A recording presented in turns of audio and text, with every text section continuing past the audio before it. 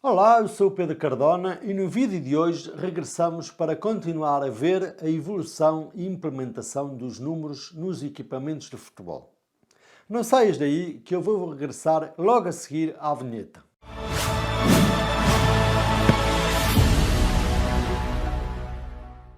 Se por acaso não viste o episódio da semana passada do canal Malha Azul e Branca, clica aqui em cima para visualizares antes de assistires ao vídeo de hoje.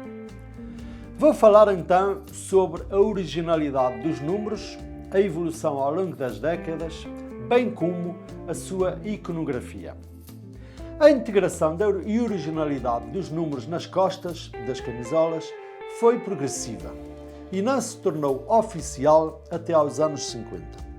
Em Portugal aconteceu em 1948 de forma oficial, embora em 1946 o Oriental de Lisboa tenha surgido com as camisolas numeradas. Mas sobre o caso português vou falar mais concretamente noutro episódio deste canal. O Mundial da Suíça, em 1954, foi a primeira competição da FIFA a tornar obrigatório o uso dos números em todos os jogos, incluindo os suplentes entre os 22 convocados. Foi a primeira prova onde um 11 titular podia contar com jogadores com camisolas fora da contagem habitual, ou seja, de 1 a 11, sendo que a única restrição era aplicada aos guarda-redes que só podiam utilizar os números 1 e 13. Essa regra, entretanto, desapareceu com o tempo, o que permitiu aos argentinos, na década de 70 e 80, distribuir os números por ordem alfabética. Nesse sentido, foi possível vermos Ardiles jogar com a camisola número 1 da seleção alviceleste. A exceção foi Diego Maradona, que em 1982 devia ter vestido a camisola 13 por estrita ordem alfabética, mas a quem lhe foi permitido jogar com o número 10. A nomenclatura dos números tinha-se tornado de tal forma popular que os jogadores associavam posições e respeitabilidade a determinados números.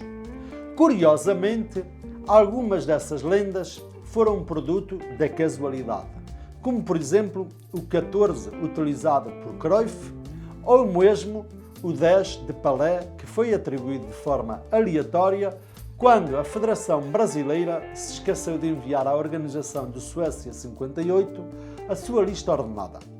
Pelé até então jogava habitualmente no Santos com a camisola 9 ou 11, mas depois desse torneio tornou-se no símbolo por excelência de um 10 que nunca mais largou. Inicialmente, a evolução seguiu a distribuição numérica do modelo tático mais comum em cada país, o que fez com que na Europa e na América do Sul, mais próximas ao WM, os mesmos números significassem posições distintas. Alguns treinadores, imagine-se, para confundir os rivais, trocavam os números com as posições reais em campo. Muitas vezes acabavam por confundir até os seus próprios jogadores, para não falar dos adeptos que não entendiam, por exemplo, o que fazia o seu número 9 no meio-campo e a camisola 5 dentro da área contrária. Até que chegamos a um ponto em que a evolução da utilização dos números estagnou, a partir da popularização a nível global do modelo dos 4 centrais. E só nos anos 90 é que se viveu uma nova revolução com a introdução dos números fixos, acrescentados pouco tempo depois com a personalização das camisolas, com o nome de cada jogador para toda a temporada. Esta revolução iniciou-se na Premier League em 1993 como parte do status mediático que visava estimular as diferenças e destaques da competição. Os jogadores agora tinham liberdade para usar qualquer número disponível de 1 a 99 e no terreno de jogo as camisolas do 1 a 11 deram lugar à popularização do 20, do 35 ou até mesmo do 40. Em Espanha e Itália, a situação já foi bastante diferente e bem mais restritiva. Com a obrigatoriedade dos plantéis contarem exclusivamente com 25 jogadores, limitava as opções dos futebolistas nas escolhas dos números.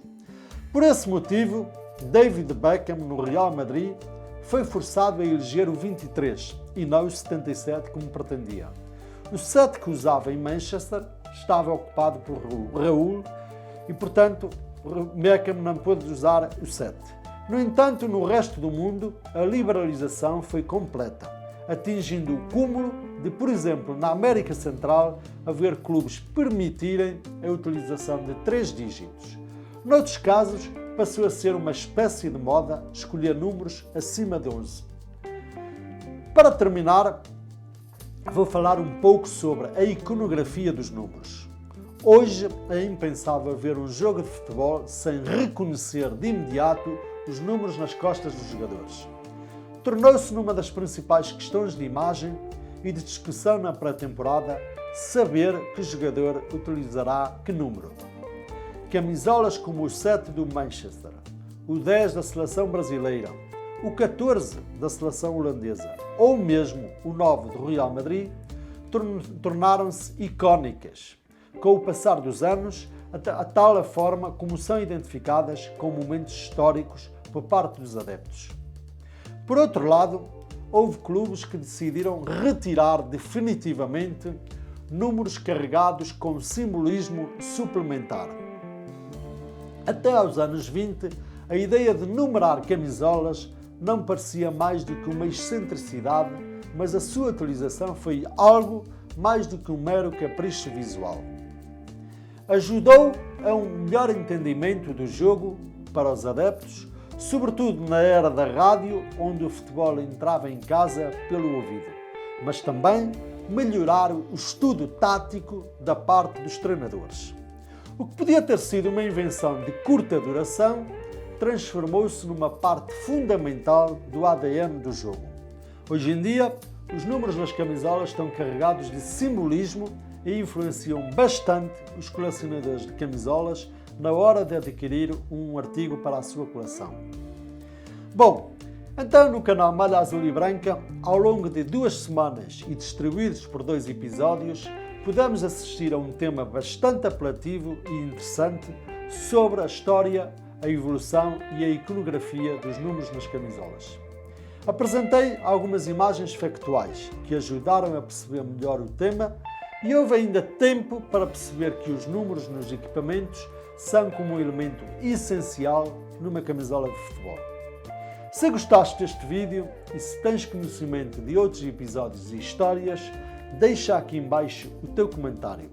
Seria bastante interessante promovermos o debate neste canal. Por outro lado, inscreve-te no canal porque isso vai ajudar-me a produzir melhores vídeos com maior motivação para apresentar mais e melhores conteúdos. Eu vou ficar por aqui, vamos voltar a encontrar-nos na próxima quarta-feira com mais um vídeo do canal Malha Azul e Branca. Um abraço e até para a semana.